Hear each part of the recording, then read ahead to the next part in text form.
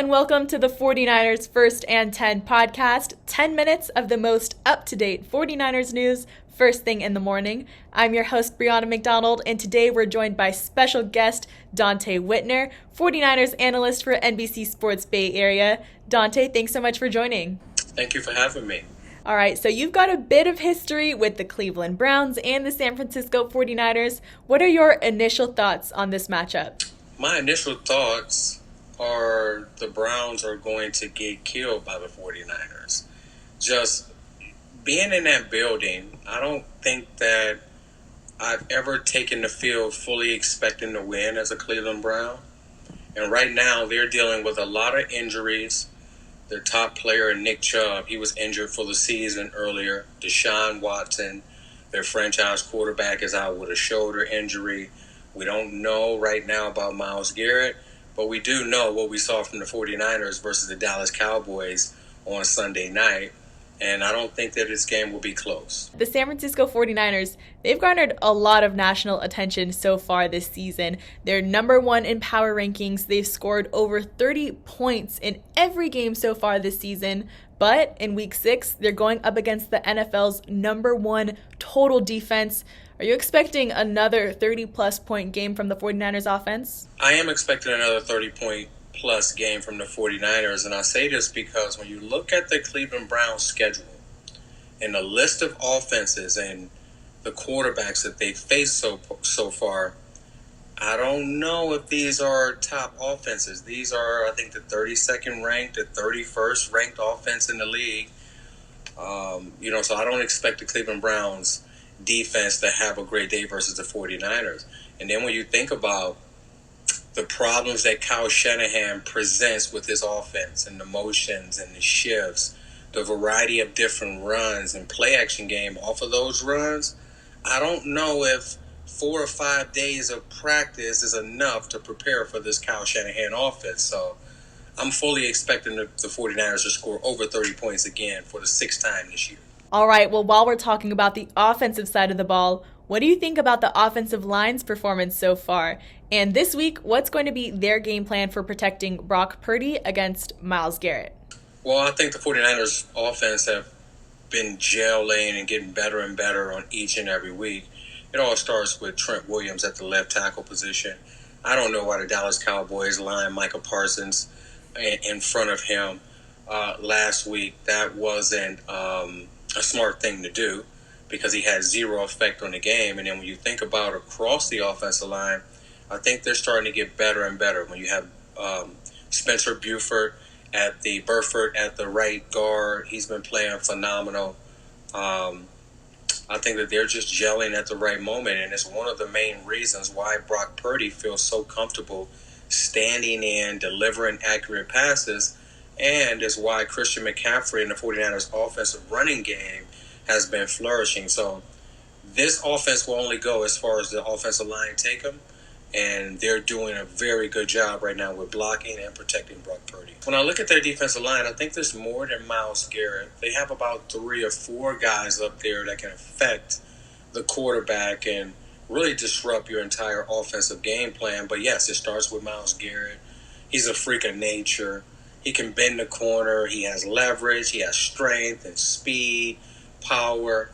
But when you look at who the 49ers faced this year, they've had some really good pass rushers in T.J. Watt, some of the guys in Arizona, and they always come out with a game plan where either going to max protect, they're going to slide to protection, they're going to leave George Kittle in to help.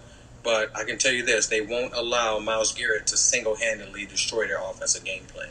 All right, well, it's been the Christian McCaffrey show for the first few weeks of the season. It seems like he was picking up every award possible. And then last week against the Dallas Cowboys, tight end George Kittle had his 3-touchdown day.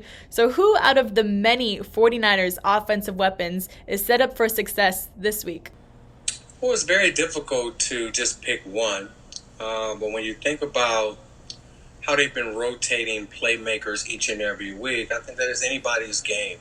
I think Brandon Ayuk is a guy that consistently comes to mind with the way that he gets open, the sharpness in his cuts, and his chemistry with Brock Purdy. So through it all, yes, Christian McCaffrey jumped out there in the offense. They leaned heavily on him. George Kittle last week. Debo Samuel when Ayuk was out a few weeks ago. Yeah, so I think that it'll be Brandon Ayuk who's been consistently standing up throughout everybody else shining. All right, you touched on it a bit earlier in this episode. We don't know exactly what the Browns' quarterback situation looks like. We don't know who exactly is going to be under center. But defensive coordinator Steve Wilks said not to count the Browns out because they've still got a very powerful run game. And with linebacker duo Fred Warner and Dre Greenlaw out there, how do you think they're going to fare against the Browns' run game? Well, Dre Greenlaw and Fred Warner are the top two linebackers, and it's not even close in the league. We saw what Fred Warner did last week and affecting the game in every aspect, getting to the quarterback, taking the ball away, intentionally punching the ball out from Pollard on the sideline. That was an incredible play.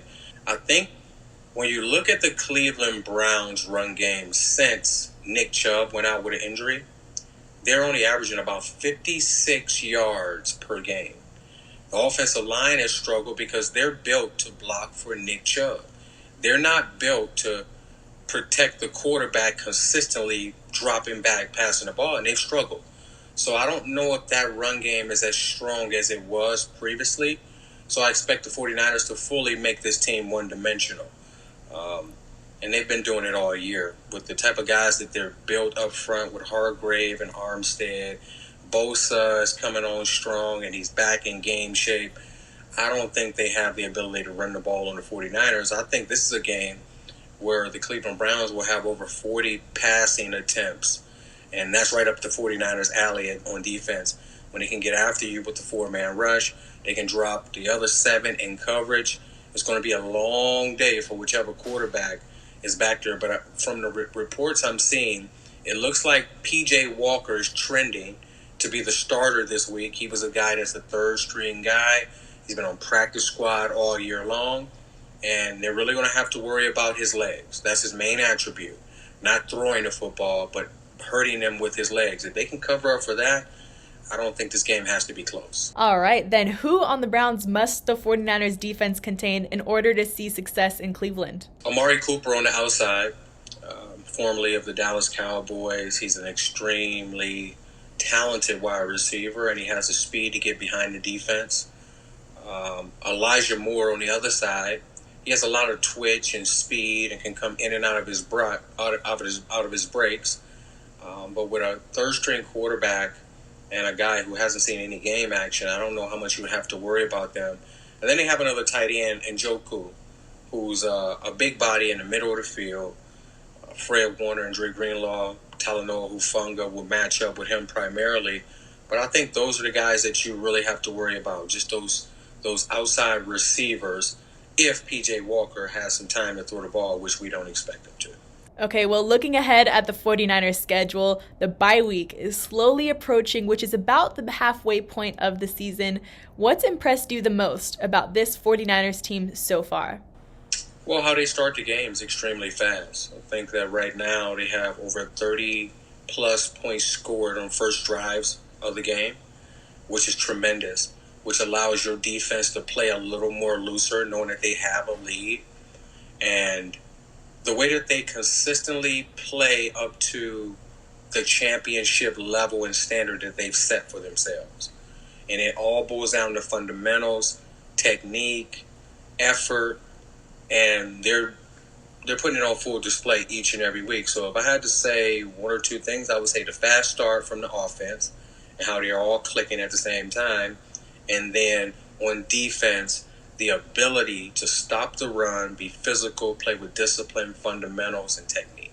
Okay, well, on the other side of the coin, after watching about 5 weeks of 49ers football, is there anything more you want to see from this team?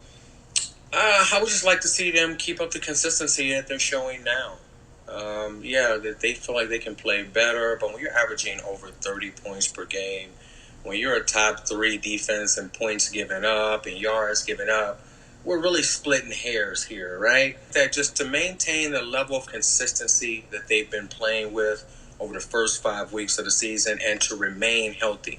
I think that health is just the main issue.